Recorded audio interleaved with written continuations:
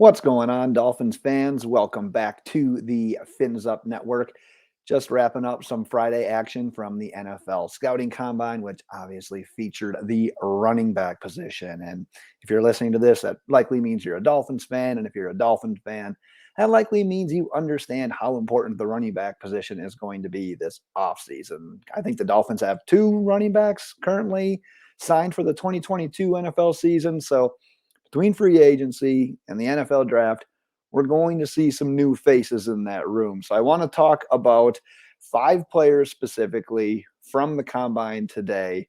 A couple of the higher ranked guys, and then one kind of wild card guy. And the reason I want to talk about some of these higher guys is because of the fact that the Dolphins sit at 29. You could realistically make a case that the Dolphins are in the best position to potentially be the first team to take a running back off the board come April's draft. So with that, let's just jump right into to one of the top guys here, Breece Hall. Iowa State, he measured in at 5'11", 217 pounds. He ran an official 4.39 40-yard dash. As you can see there, he's projected as a second rounder, but with that 40 time, that might solidify him as his class's RB1. A little bit faster than most people thought he was going to run. But if you look at him, especially, and this is kind of a common denominator for a lot of these guys, if you look at him specifically as to how he can fit in to a Mike McDaniel-led offense, he has got that beautiful zone blocking scheme, one cut, and boom type of running back skill set. That's what he does. Not only does he get it done on the ground, he's a above average pass catcher, gets it done that way as well.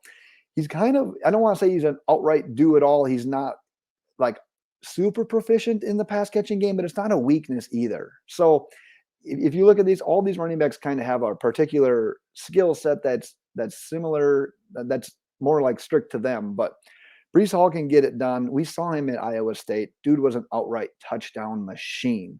So we know he has a nose for the end zone. All today's scouting combine did for him was solidify him as going to be probably one of the top 2 to 3 running backs off the board. Excelled very well in the pass catching drills that were done after the 40-yard dash. So Breece Hall did nothing but solidify his spot as one of the first running backs taken.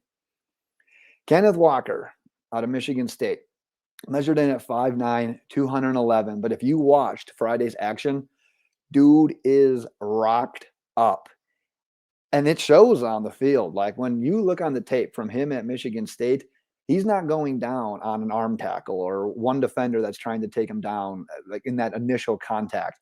He's busting through arm tackles. He's getting those extra yards. And that's what we saw all year long at Michigan State.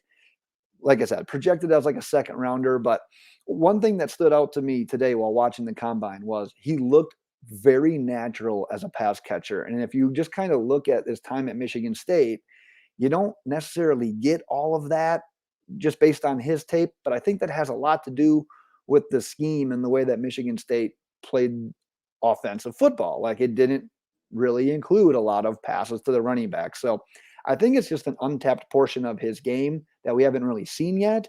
And one thing that I will go back to his tape as well, there's some negative tape with him as a blocker in pass pro. They addressed that a little bit on the NFL Network footage as well and said like, hey, after that tape got exposed, he came back, he put in the work, and he was just driving people into the ground. So shows that he's going to try to use that frame and really build on that at the next level. The next guy here, Isaiah Spiller, he did not run a 40-yard dash at the combine, but he measured in at 6 foot, 217 pounds, projected to go right around the same time as both Walker and Hall. But what you're getting with him as well, we go right back to that zone blocking scheme that Mike McDaniel. Like, how can you excel in this offense? It's that zone blocking, one cut, find your lane and go. And Spiller, we know he doesn't have the breakaway 40-yard dash time. We know that he can catch passes, but it's not like an outright strength where he's like this guy that's going to rack up all these receptions for you. But he's a guy that gets the yards how you need him.